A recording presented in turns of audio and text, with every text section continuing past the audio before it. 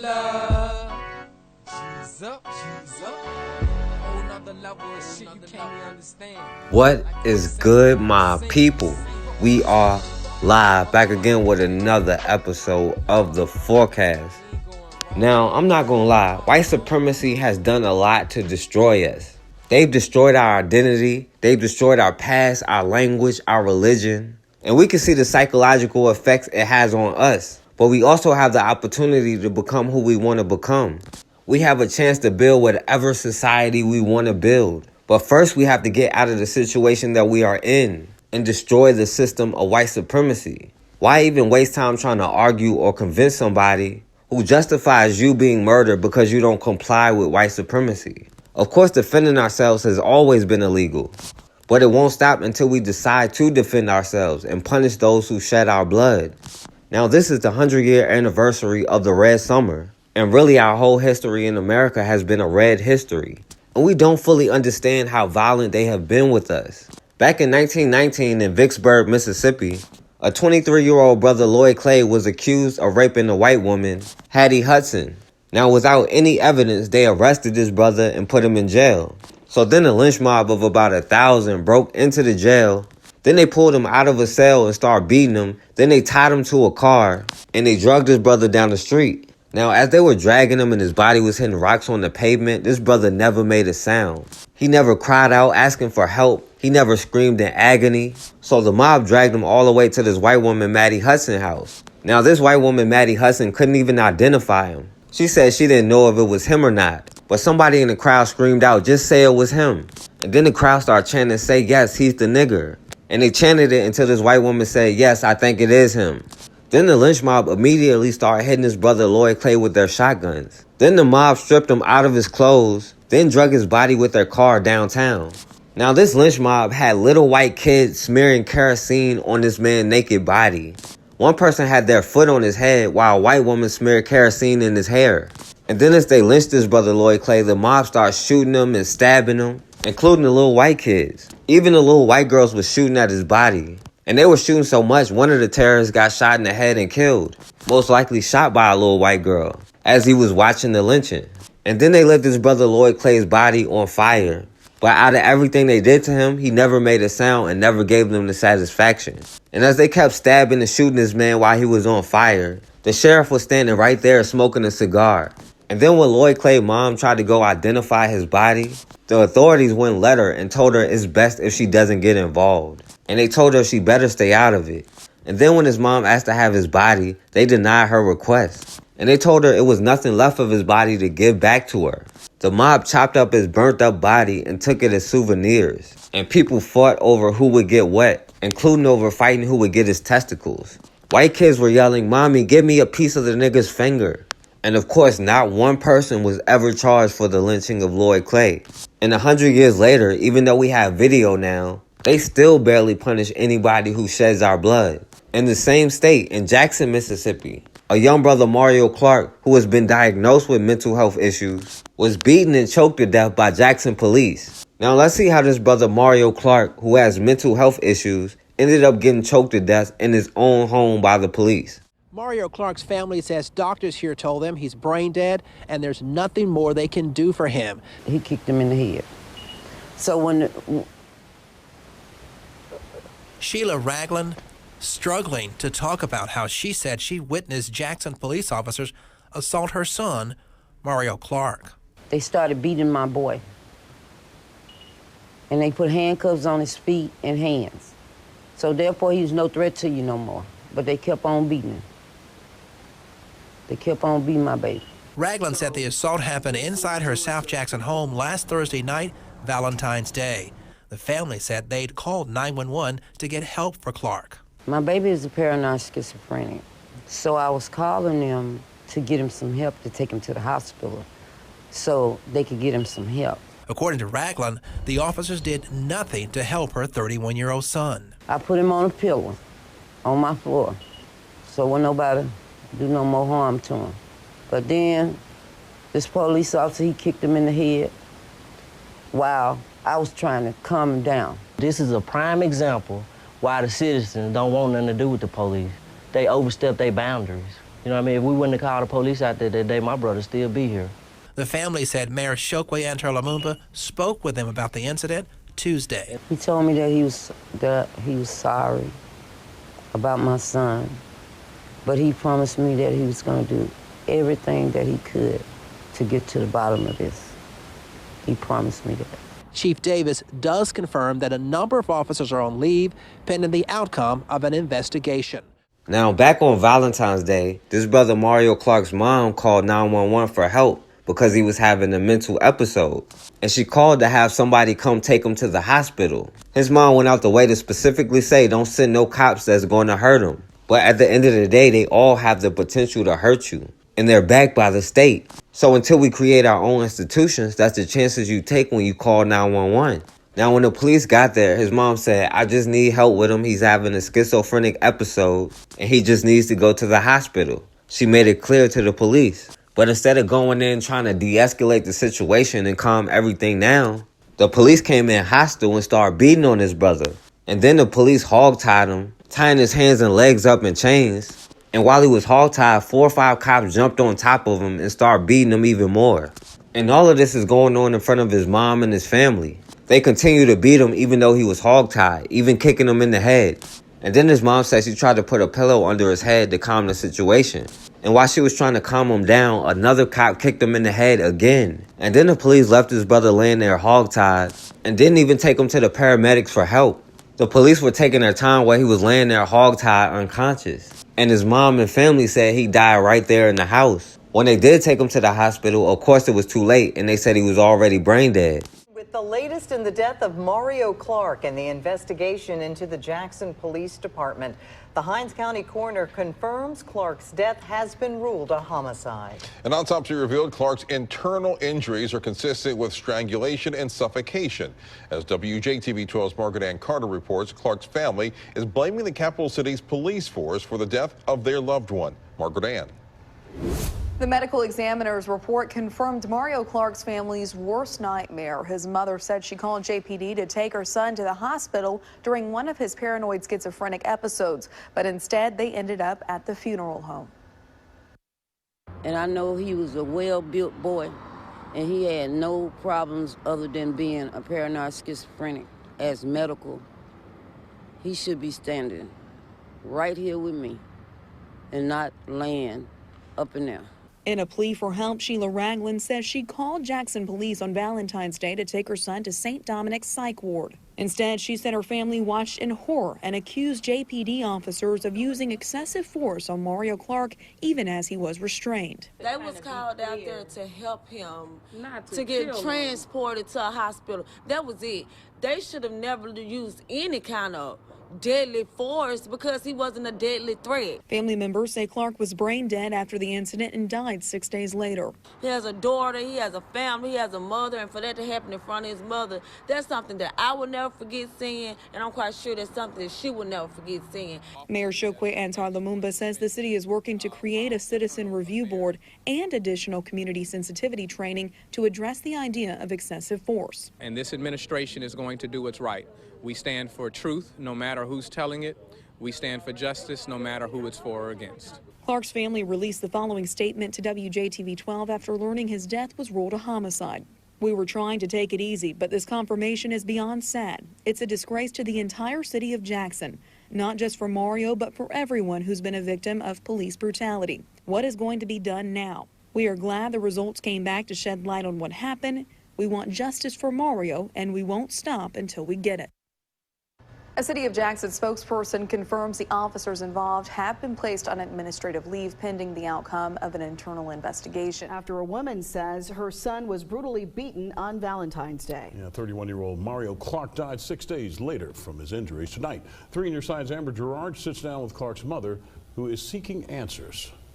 While Jackson police were working 2 homicide scenes the night of February 14th, Sheila Ragland says she called 911 requesting help for her son, 31-year-old Mario Clark. The officers was outside. I asked them to come in and help me with my baby. And they came in, but when they came in strong. Clark, a diagnosed paranoid schizophrenic, was having an episode and needed to be transferred to a hospital. You know, it was just like, I I don't know. He needed help right then. Okay. So when police arrived, Ragland says instead of helping the situation, they made it worse. They came over here and got him, picked him up, throwed him on this couch. They put the handcuffs on the back of his feet. And this man, this one policeman that was behind him, he was steady beating him on his leg after he had put the handcuffs on there. Then she says everything got quiet. I begged them not to do that to him. But they wasn't done. They wasn't done with him. Instead of taking him outside to the ambulance, she says, they let him lie there. I took a pillow off my couch over there and laid my baby right there. He had the handcuffs on his feet and his hand behind his back. They were all standing around here. Clark was taken to the hospital and placed on life support. I already knew my baby died in his house right here. Ragland says she was told that her son died from blunt force trauma to the head. We won't know the official cause of death until the coroner's report is released. That was my joy, and everybody that knows Sheila knows that Mario was my joy. Now, when he went to the hospital, they put him on life support, but they ended up taking him off a few days later, and he died. Now, the coroner ruled it a homicide from suffocation and strangulation, along with blunt force trauma. And all of that comes from him getting beat up by the police. Now, they didn't release any of the cops' names, and they're trying to protect them. But 4 of the cops ended up getting fired. Not charged, just fired. Mario Clark took to the streets after his death. As WJTV-12's Tara Thomas reports, they say Clark's death is the result of foul play. The family says Mario Clark was killed by Jackson police in his mother's home on Valentine's Day. This morning, they demanded justice. Death certificate. Blunt force trauma injuries with proper fasting component. Described by what means this injury occurred. Physical altercation and restraint. Family and friends of Mario Clark gathered to protest how he died at the very spot where he is said to have lost consciousness that February night and never regained it. Clark's family says he was diagnosed with a mental illness as a child, adding that his mental state that night is the reason his mom called the police to come help.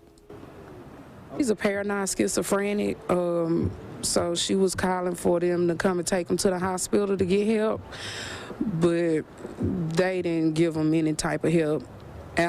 On top of the beating, AMR also gave him shots that he was allergic to, so we just want answers. Somebody have to be held accountable for what they done. He was on the floor and he was unresponsive.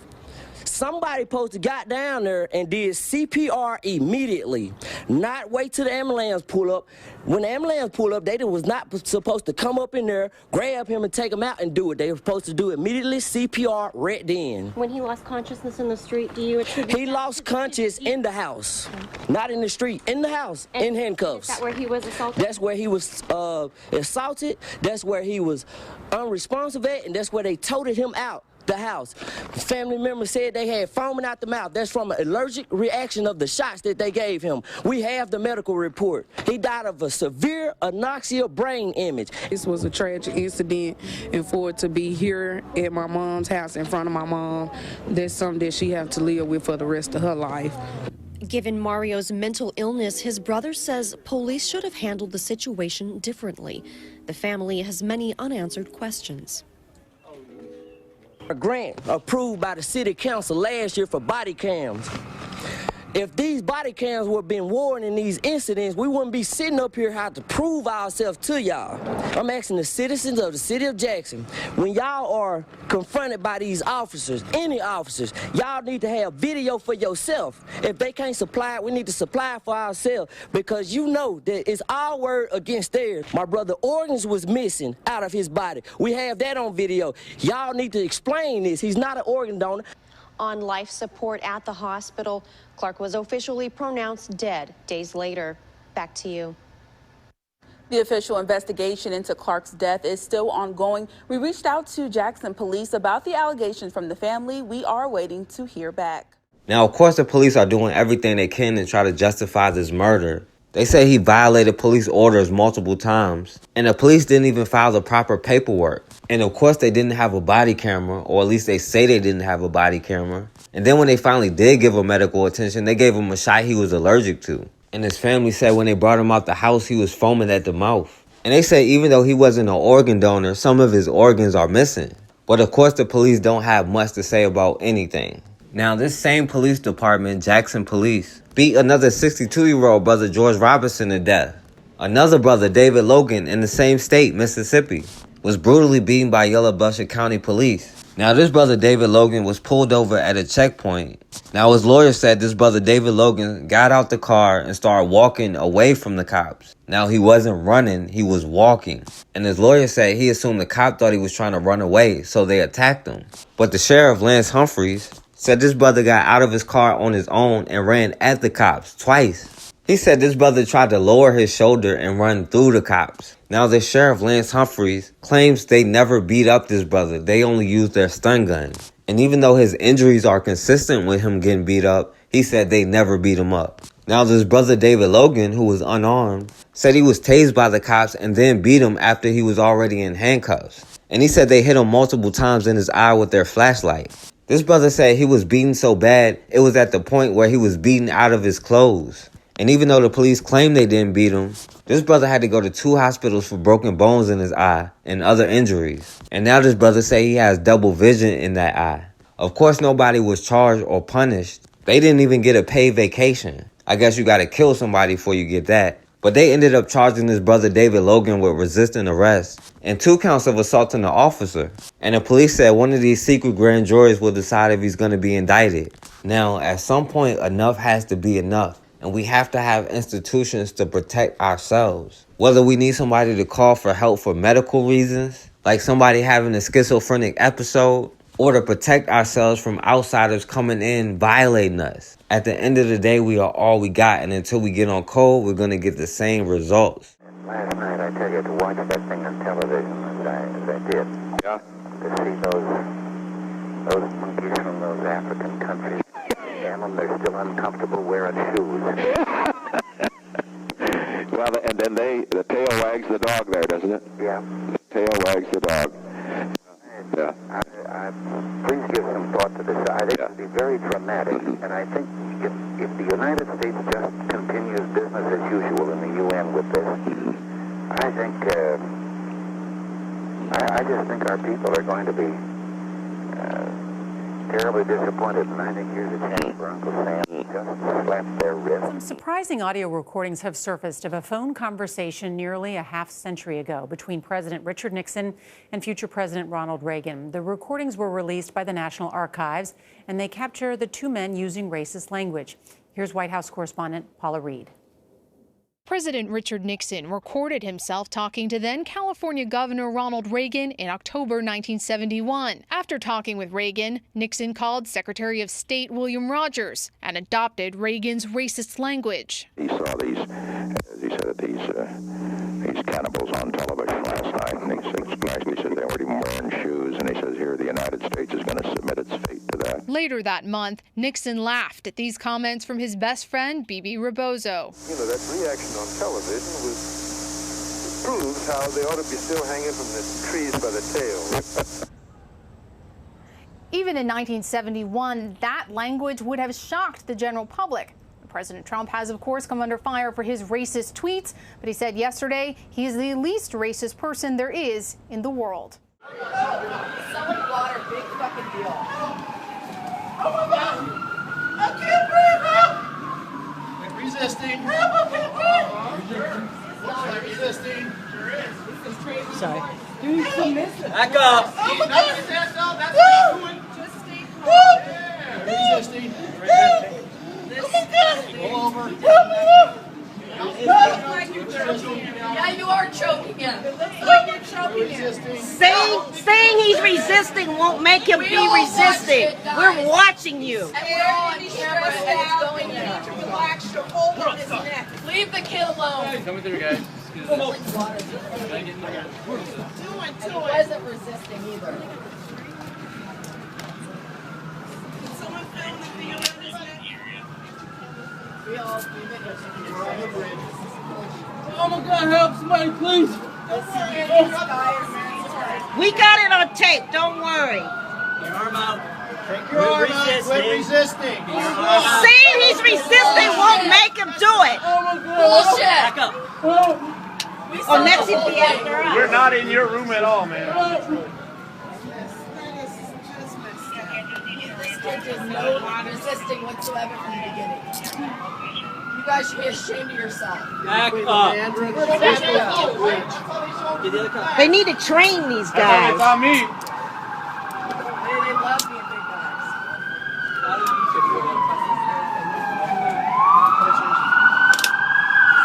I know, he's selling water. He's a horrible criminal. Back up. Don't really want. Back up. Hey, it's not illegal to stand where you want, you guys. Don't worry. Yeah, I'm standing where I'm... Crime scene. Back up. Back Back up. crime has been committed by you.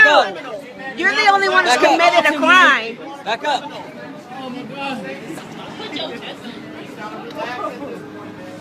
Oh. Oh. Hey man, just relax. Just lay there. Okay, can we pass? Can we pass? Just chill out. Go. Go ahead. Thank you. Thank you.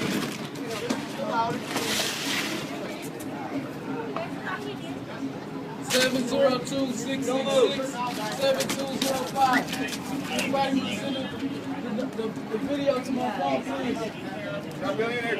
702-666-7205. 666-7205. That's 702 area code. 702 what? 666-7205. Thank you. 666-7205. We got it. We got it. We got it. We got it, babe. We got it. 666-7205. You got it? Did you save it? Yes. Okay. Got it. 666-7205. Got it. Is there somebody we should call? Just send him the video. He's going to give it to his lawyer. Thank you. That's what'll happen. Just give him the video. This is crazy.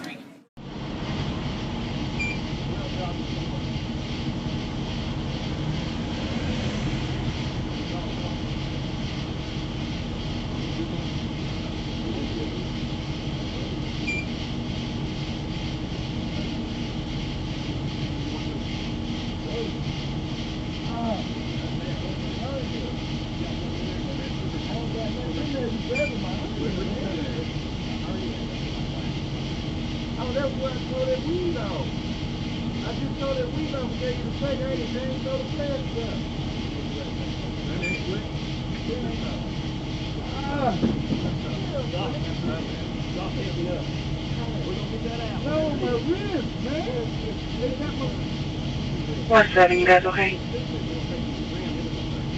What's that?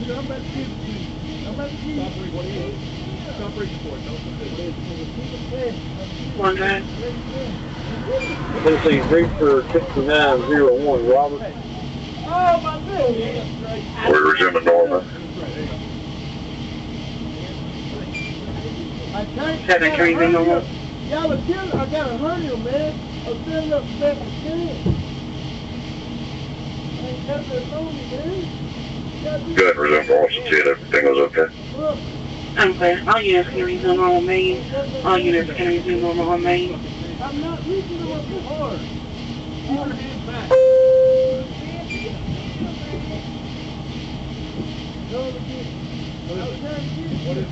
Picture 21. 7, you need another unit. 3, that's correct.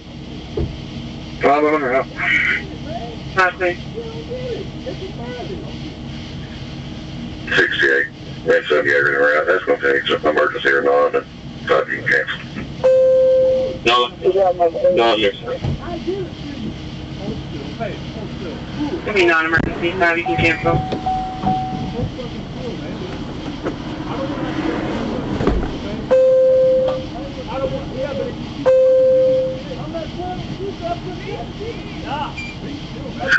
Very well emergency.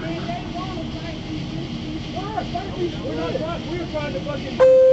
I'm trying to keep you shit. I'm trying to put my pants back on, sir. I'm about to go to jail, man.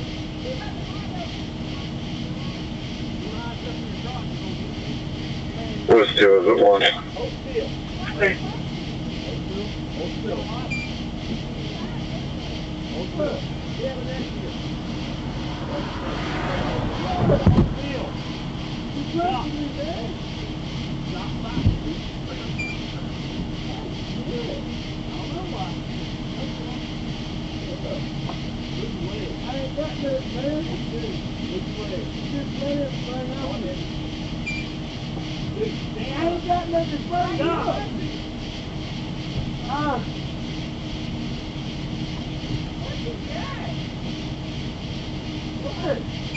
Signal 25 Jackson.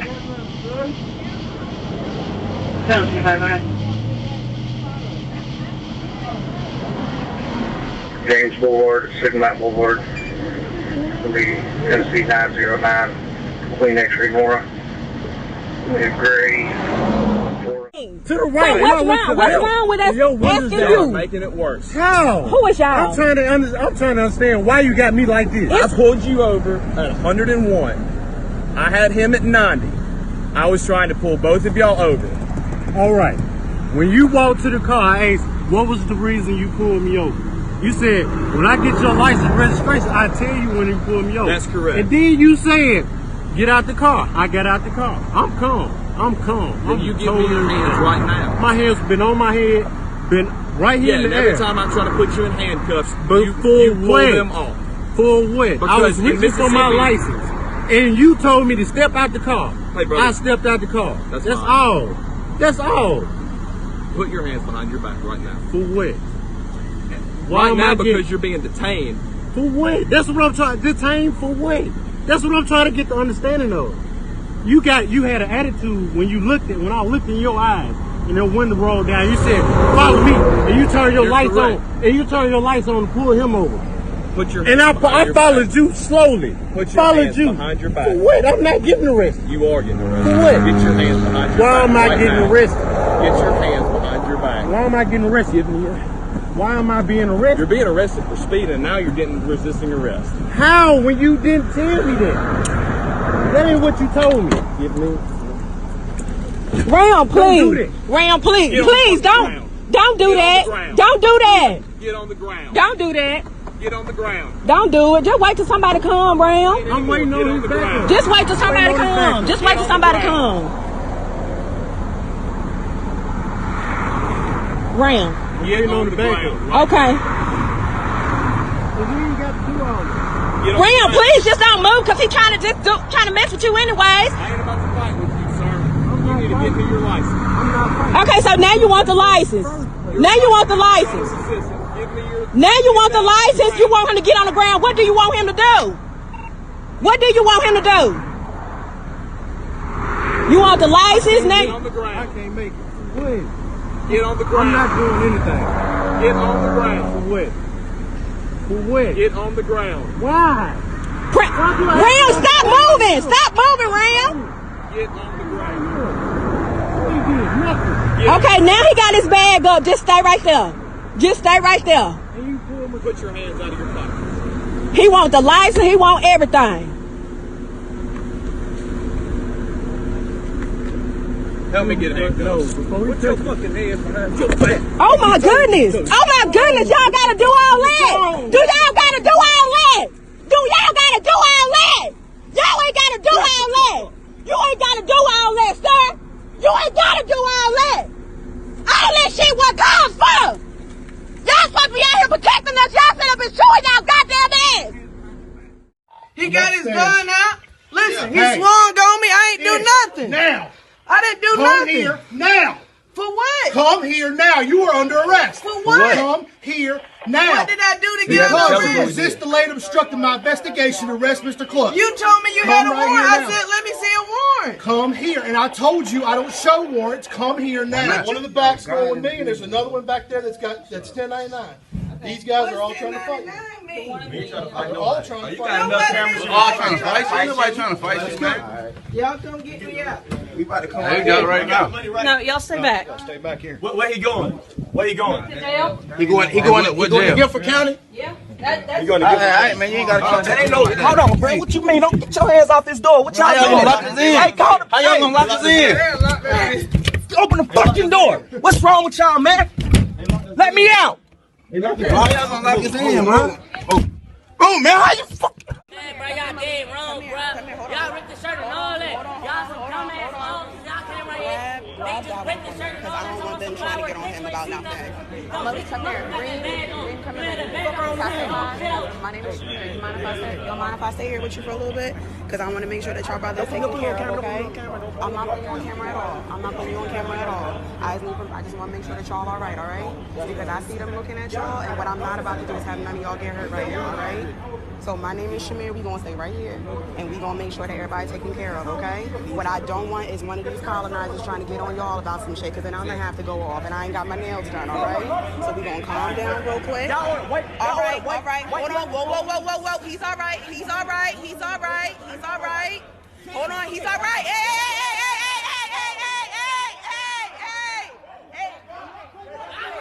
Get the baby. Chill. Not necessary. Just get down. Yo, not necessary. That is not necessary.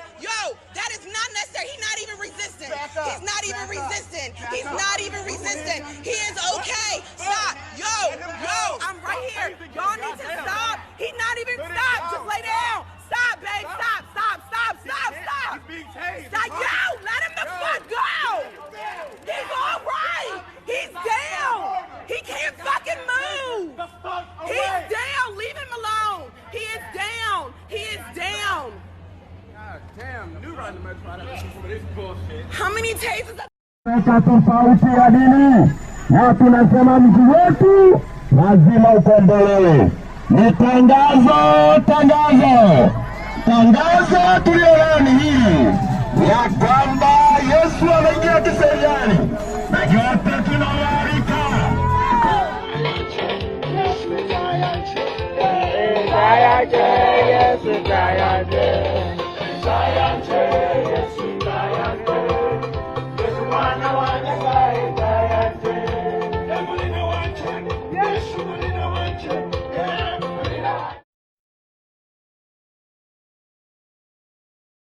All right, and we back on the forecast. Now, we can't be afraid to start setting our own rules and enforcing them. And this is not going to stop until we do it. People have no problem harming us or shedding our blood if they know it doesn't come with consequences. If they know we're just going to cry and beg and ask for peace and ask for justice. But you can't ask for justice. If somebody else gives you justice or equal treatment, they can take it away at any time. Don't let nobody shame you for defending yourself. And never feel bad about defending what's yours. We try to compromise and negotiate with people who shed our blood for a lot less. In Milan, Georgia, back in 1919, two white boys, John Dowdy and Levi Evans, went into the black community and tried to break into the home of a black woman, Emma McCullers. Now, they were trying to break into her home so they could rape their two young daughters. And when the family refused to let them in and fought to keep them out, they pulled out a gun and started shooting the house up. Now, this made the two young black girls run to a nearby house of a black woman who was a widow named Emma Tisber. So these two white boys followed them to this woman's house and broke in trying to rape them. And this woman couldn't really do much to protect them. So these two young girls tried to hide under the porch. Then these white boys started trying to rip up the wood just to get to them. Now, a 72-year-old brother, Barry Washington, who lived next door and heard what was going on, went over there to try to protect this woman and these two young girls. Now, the white boy, John Dowdy, tried to shoot at this brother, Barry Washington. But after a struggle, this brother, Barry Washington, somehow got the gun and shot this white boy. Then, after the 72-year-old brother, Barry Washington, shot and killed his white boy, he went to the police and turned himself in. But then, of course, a lynch mob started forming at the jail. Then the white mob went around the town of Milan, Georgia, and forced every black resident to leave, so they wouldn't be a witness to what they were about to do to the 72-year-old man.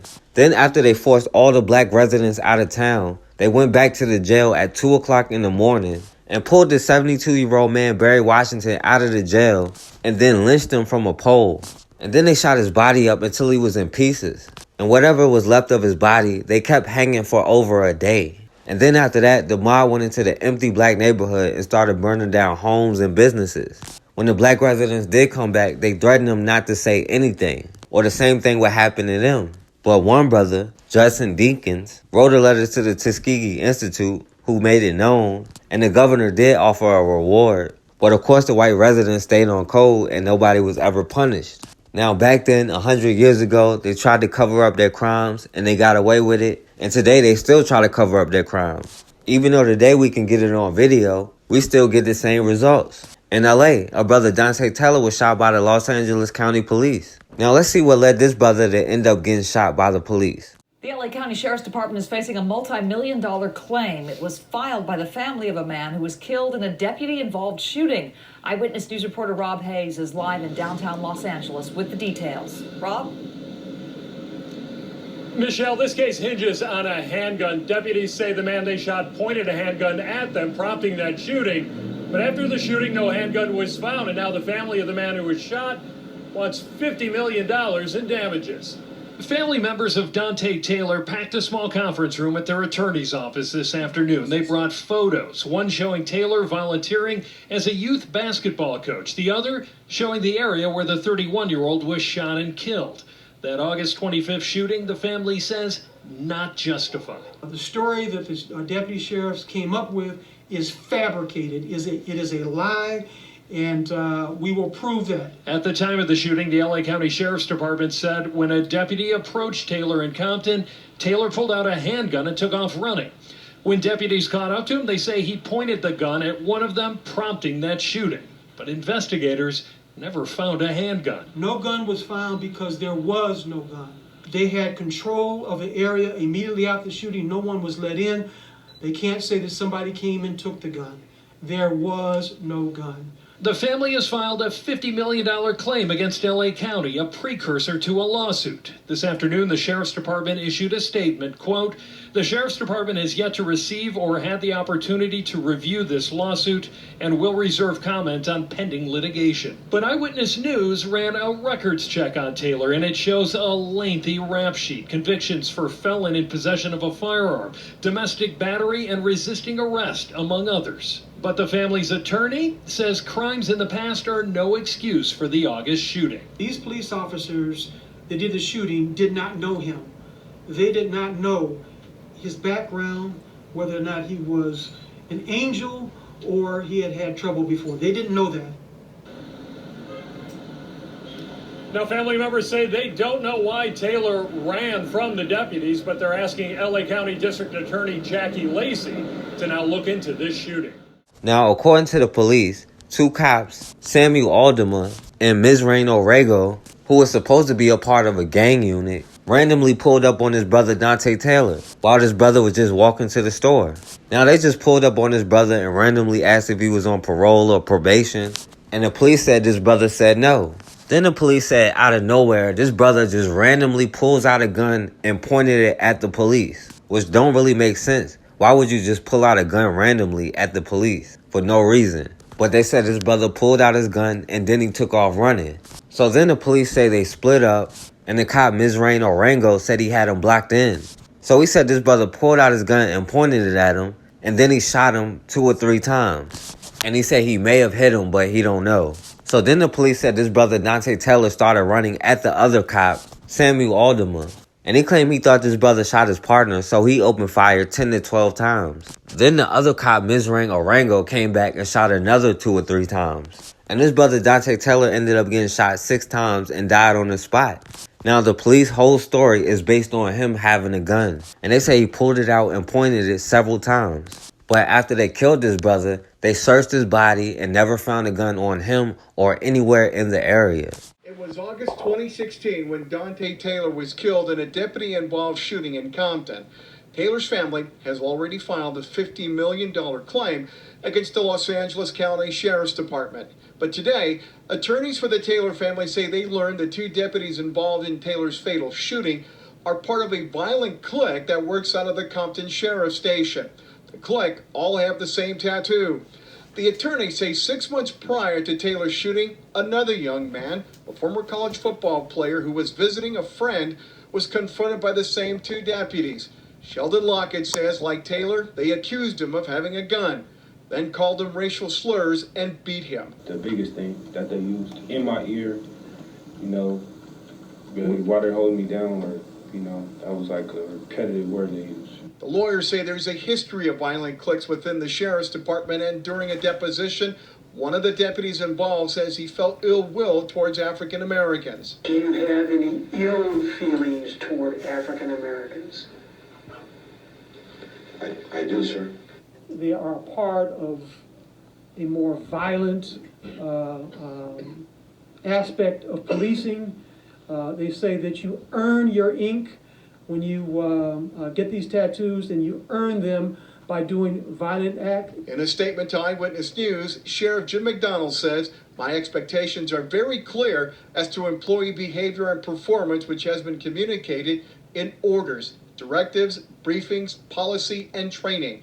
We are moving ahead in examining the tattoo issue, our culture, and the culture of tattoos in our society as a whole." Now, even though they never found a gun on his brother Donta Taylor or anywhere near him, they probably didn't realize they didn't have a gun to plant on him at the time. And they tested his brother for gun residue, but they said the test on his hands came back inconclusive, meaning they can't prove a gun was in his hand. But they claim gun residue was found in his pocket and on his waistband. And of course they did everything they could to justify the shooting. And while the cop Mizrain Orrego did retire, the cop Samuel Aldama is still patrolling the streets. And the media wanted to bring up this brother Donta Taylor past, even though it had nothing to do with this case. They didn't want to mention what was going on with the gang inside the LA County Police.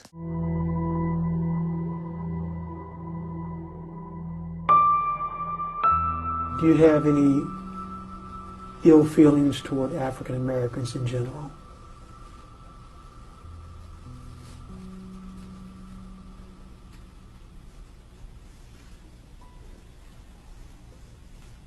Ill feelings? I'm not. I'm sorry? Can you repeat that question one more time, sir? Do you have any ill feelings in general against African Americans?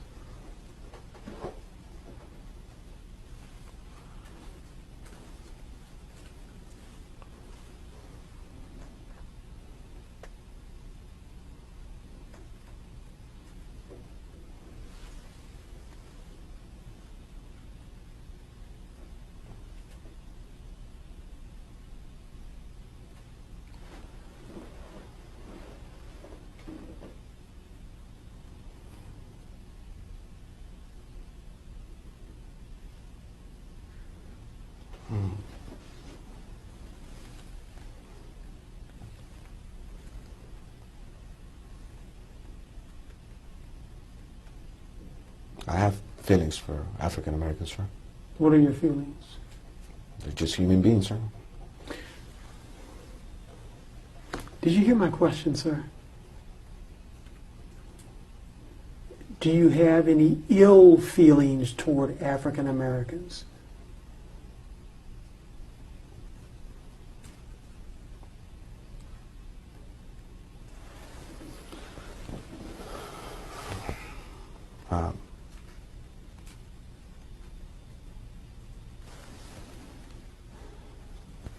I do, sir.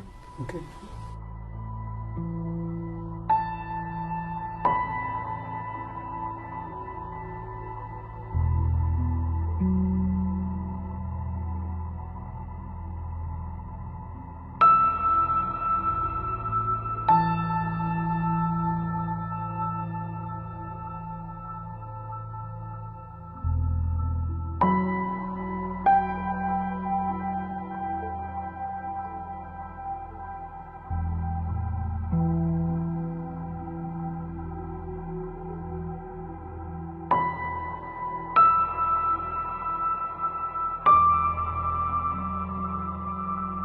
Strong accusations today from two Beverly Hills attorneys who claim deputies at the LA Sheriff's Compton station are biased. The attorneys say the deputies have something else in common: tattoos. CBS 2's Dave Lopez is live outside the attorney's office in Beverly Hills to explain. Dave.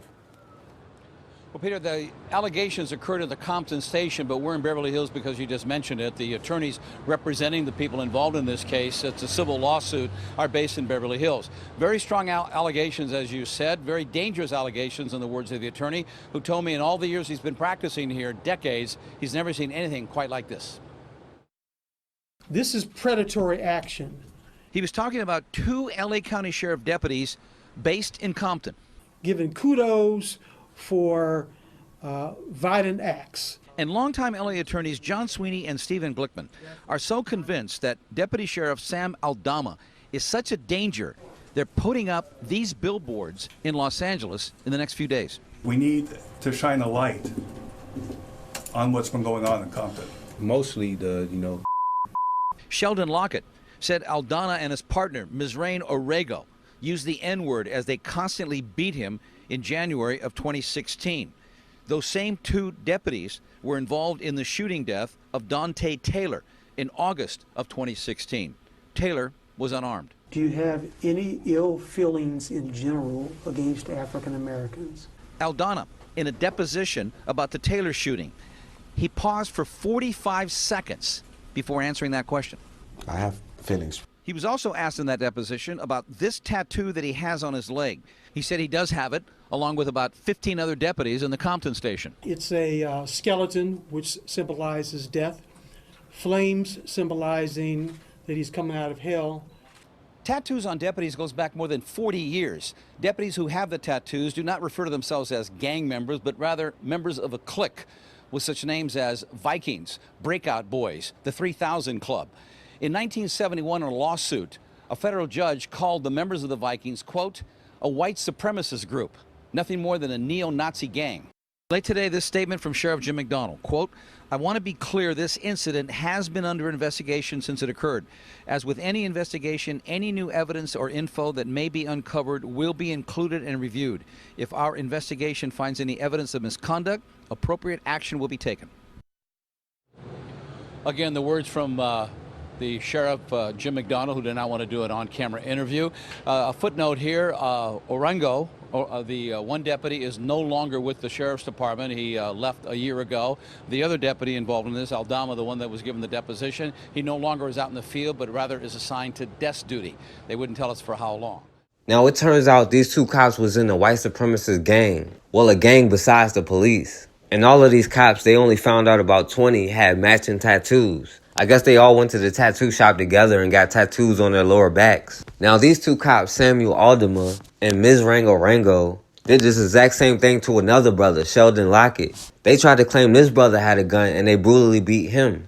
And the whole time they were beating him, they were calling him all kinds of nigga. Now, they didn't charge or punish either one of those cops then, and this cop Samuel Aldama is still on the force. And nobody in this gang was ever punished either. And instead of having to identify him, they just settled for a $7 million lawsuit, paid for by the taxpayers. But they'll never punish themselves. And until we make them face consequences for their actions, they'll keep doing the same thing.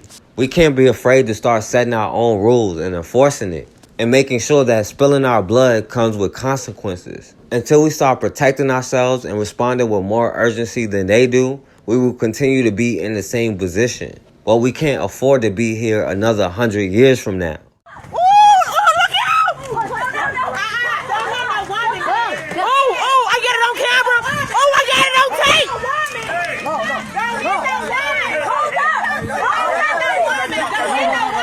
Y'all making my baby cry.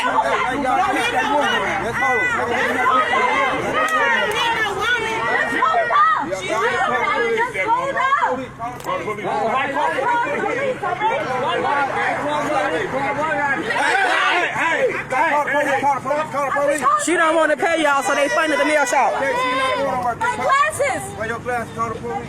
You got that recorded? It's live, baby. This live. Call the police. Call the police, man. Call the police. Don't kick them. Call the police. She's supposed to pay. She ain't paid. Okay. Call the police. Just call the police. Call the police. Don't kick that woman. Don't kick that woman. Don't try to. She don't want to pay her bill. I understand it. But he's not supposed to put no hands on her. Okay, but then the police going straight. What? They went straight on. Why you let me get hurt?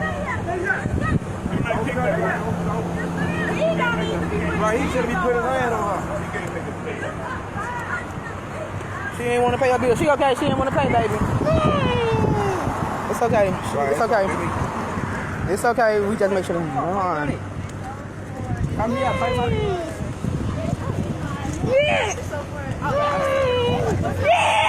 What up, kid?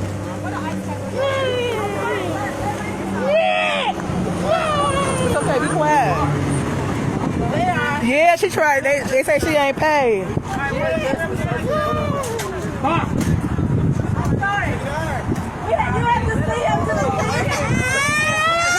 baby don't like that type of shit. I gotta go.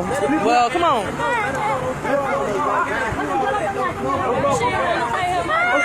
I don't know.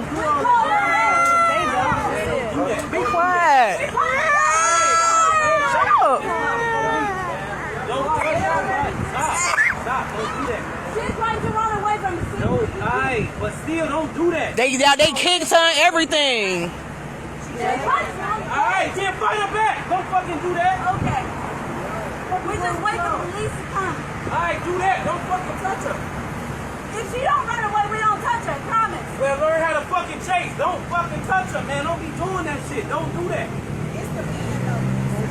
I'm talking to all they ass. They said she ain't paid, and they threw her on the ground. They kicked her and everything. It's on camera.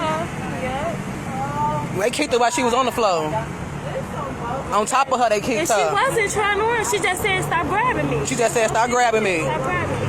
But she ain't paid neither. So when they put out the taser and all that, I said, "Let me bring my phone out." For the first time in my life, I felt like someone was judging me just based on how I looked. You people are ignorant. This is what unfolded when Mary Williams of Tampa complained about a room reservation at a franchisee-owned Hampton Inn in Lake Park, Georgia. Your reservation is not in my system one. We extended a courtesy to you, which we did not have to. Step away from my counter. Whoa, this is so unnecessary. Williams says she made a reservation on the Hilton Hotel app and received a confirmation email. But the Hampton Inn's computer showed her July 27 reservation was canceled when Williams checked in at the front desk. Williams says she did get a room, but it had fewer amenities and cost more than the one she originally booked. There's nowhere else to put you. You're lucky you got in a room for what we did do for what my girl had last night. She contacted me and I did check internally last night. But ignorance is bliss and you guys are just blazing this morning. Williams also snapped these photos of a cracked toilet and broken roll-away bed in the replacement room. They wanted to switch the room for their next night's stay. I know the standard, and I feel like my family hasn't been able to experience that. Williams' sister Ebony Dobson was traveling with her. Dobson actually works in the corporate customer complaint department for Hampton Inn's parent company, Hilton. I really feel like it was because of me letting them know that I work for the company, because I actually work for the corporate office, and so I think that was a trigger for them. Dobson's attempt to handle the situation for Williams backfired. If you have corporate complaints, walk yourself right in there and call. I'm not afraid. I don't know what you people think. Well, first of all, Ms. Rose, I do not want to talk to you. I'm not going to argue with a fool. Do you understand? Wow. I don't know why you feel that way about me. Shut up. I don't know. Ebony, just stop. Yes, so, please. I don't want to talk to you. I'm not going to argue with a fool. I'm just not. So we're both fools. I know you ask questions. Are we going to have a conversation, or do you just get to talk? Do you understand the law is coming? It's important to point out that there is no video of the moments before this encounter. She said that you called her staff incompetent. I did not. Not at one time did I say that. The young lady was very nice to us last night. When Simon Bailey watched the exchange, Argue with a fool. Do you understand? Wow. The customer service consultant, I'm in shock. who worked in Disney for years, said this totally goes against industry standards. So let me say this. I started at the front desk when I started in the industry a number of years ago. And one of the things that you're taught is that if a guest has a complaint, you don't go up the scale in your emotions. It is tonality, it is editing your word choice, and it's empathizing with them by saying, ma'am, sir, I understand how you feel, what has happened. How would you like for us to fix this? For Williams, the fix would have been Hilton, letting her know they'd taken action. While Dobson says she got an apology at work from her superiors for the way everything was handled, Williams says she's still waiting. I'm almost 40 years old, and I can think back to all of the experiences I've had in my life, and I can't remember a time where somebody made me feel like I was less than because of my race. Williams says while Hilton acknowledged by email that they received her complaint, they never offered a resolution. So she sent Hilton a letter from her attorney. Asking, let's just talk about this. No, didn't ask for a refund, didn't ask for points, nothing. Let's talk about this. Nothing. Hilton has not responded to our multiple requests for comment. I called the Hampton Inn in Georgia directly to see if Rose, the woman identified in the cell phone video, was still working there. Do you know where she is, or if she's moved on to another Hampton or Hilton? A woman named Misty Whitehead, who said she was the new general manager, told us her predecessor, Rose Lane, was terminated shortly after the incident we were calling about. The incident that happened back in July did contribute to her being let go. At this point, right now, whether she's with the company or not, she wins. You know, she won that day, and that's the thing that I think continued to eat at me ever since it happened. Williams feels she did everything she could to seek a reasonable resolution. Why are you not able to just be calm and have a Miss Rose, it's fine. This is a joke, and if you're with corporate, how do you think this is okay? How do you think this is I'm okay? an educated woman, and you're the two most pathetic things I have seen this year. Now Williams plans to share the video on social media to put public pressure on Hilton to resolve her complaint. We know what that means. We know what you people mean, because she continued to use that. And more than anything, yes, pathetic, fools, crazy, crazy, like uneducated, those words were also hurtful, but it was what's attached to that meaning you people. I want them to see the video, and I want them to understand, I want to see someone face to face. I've got to sit down with someone. It's been too long for me to not get an email, a call, or anything. Now I need to see someone and let them know exactly how that made me feel. A Delaware County couple says they were racially profiled by Pennsylvania State Police and that handcuffs went on right in front of their own home. The couple spoke tonight with Greg Argos.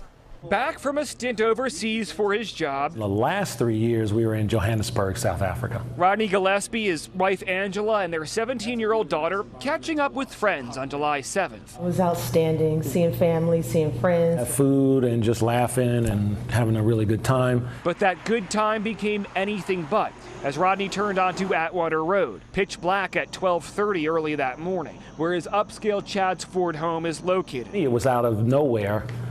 These lights come on. Followed by sirens. Turns out it was a Pennsylvania state trooper pulling him over. Since Atwater has no shoulder, Rodney says he decided to continue about the quarter mile to his own well-lit driveway. The police officer gets out of the car and just starts, yelling, how old are you?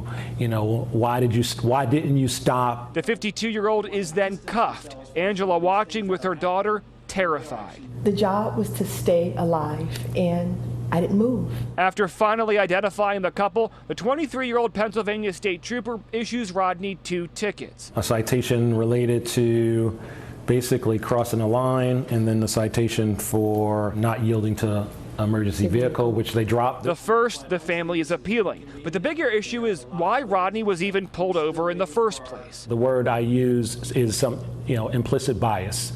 He saw us, he thought there was something there. Driving while black. The family has filed an official complaint, hoping to see changes made to the training troopers go through, a goal echoed by Reverend Kyle Boyer, president of the Westchester NAACP. Helping the state police to evaluate their training methods and, if needed, and it looks like it's needed, shore up their training methods. In a statement, the Pennsylvania State Police write in part, quote, "Due to the nature of the ongoing Internal Affairs Department investigation, we cannot comment on specifics of the incident. However, the Pennsylvania State Police take any allegations of racial profiling or bias-based policing very seriously." It continues, internal regulations strictly prohibit racial profiling. Oh, I like your sign, by the way, too. No niggers allowed. That's right. I like that. You don't belong back there. I don't belong back there. No, you don't. So what? Why would you rent to me if you're a racist? Why would you put a sign up there saying no niggers? What are you? What's wrong with you? What? That's what I mean. You do not go back to that bar. And So you're going to say no niggers allowed? So you're going to say no niggers allowed, cowboys and cowgirls? That's right. That's cowboys and cowgirls only. You're not allowed back there. You in that, not back there. Me and that, as in like what? That hut. That what? You stupid nigger. You don't understand. That hut. That hut? Yeah. I don't know what a hut is, honestly, other than an Indian hut. I said butt nigger. Butt nigger? You realize you're being recorded right now, right? I don't care. And you're sitting here calling me a nigger and everything else. What are you? What are you? I'm an African-American male. I'm an African-American. It's okay. It's okay. Thank you. Hey, spray that shit, bitch. Come on over here, you fat ass. Bitch, you want some fucking shit? You ain't got shit, bitch. Suck my dick. Go, man.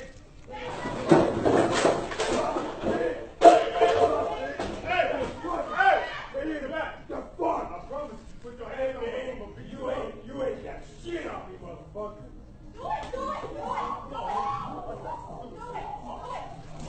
Get out of the way, honey.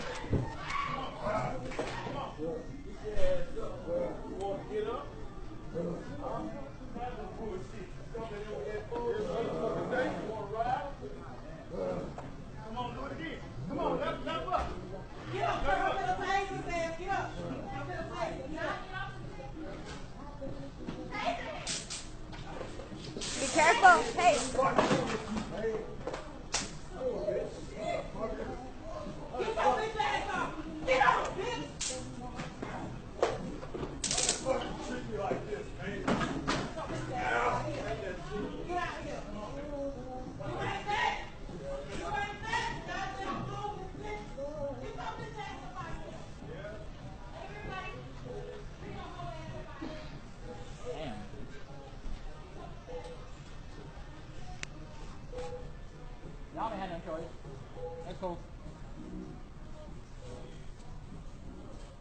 A family's trip to the swimming pool takes an ugly turn when police say someone started yelling racial slurs.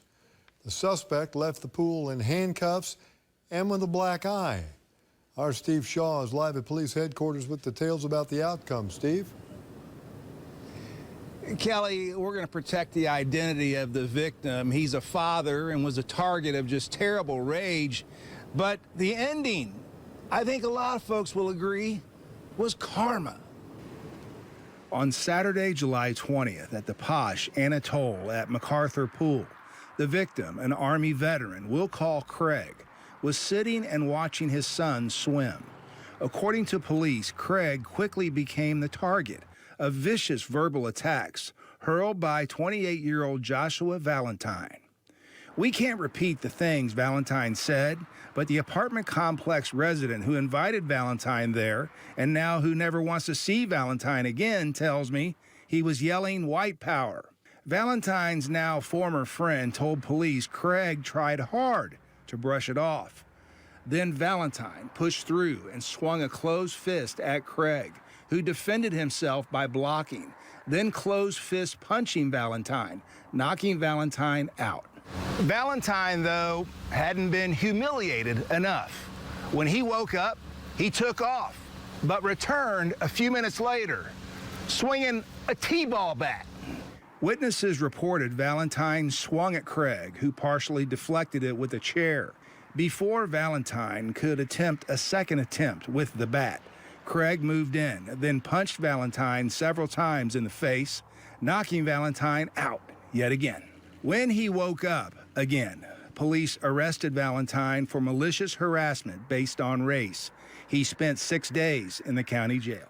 Honing in on our kids and taking advantage of taking away their creativity, thinking that it's a distraction from school. It's only a distraction if they're making it a distraction. Vanity Man's niece goes to Narvi Harris, and man was upset to see the posters calling some black hairstyles inappropriate. For boys, any hairstyle with a design is deemed inappropriate, while braids are labeled the same for girls. The school has more than 90% African American staff and students, according to the school district. And parents say the issue isn't the hairstyle ban itself, but the presentation of the message. These are elementary children that are walking into a school and seeing visuals of, children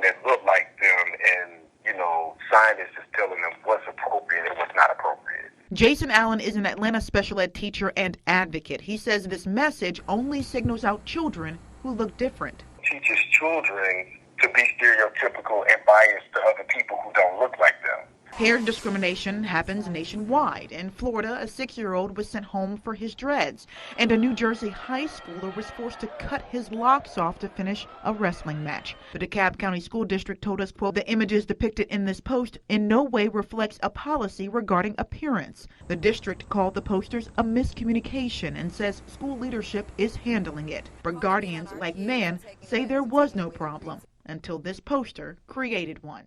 A stunning reversal, a change of heart after prosecutors charge a 10-year-old with aggravated assault. He's accused of hitting a friend in the face in a dodgeball-style game on the school playground this spring.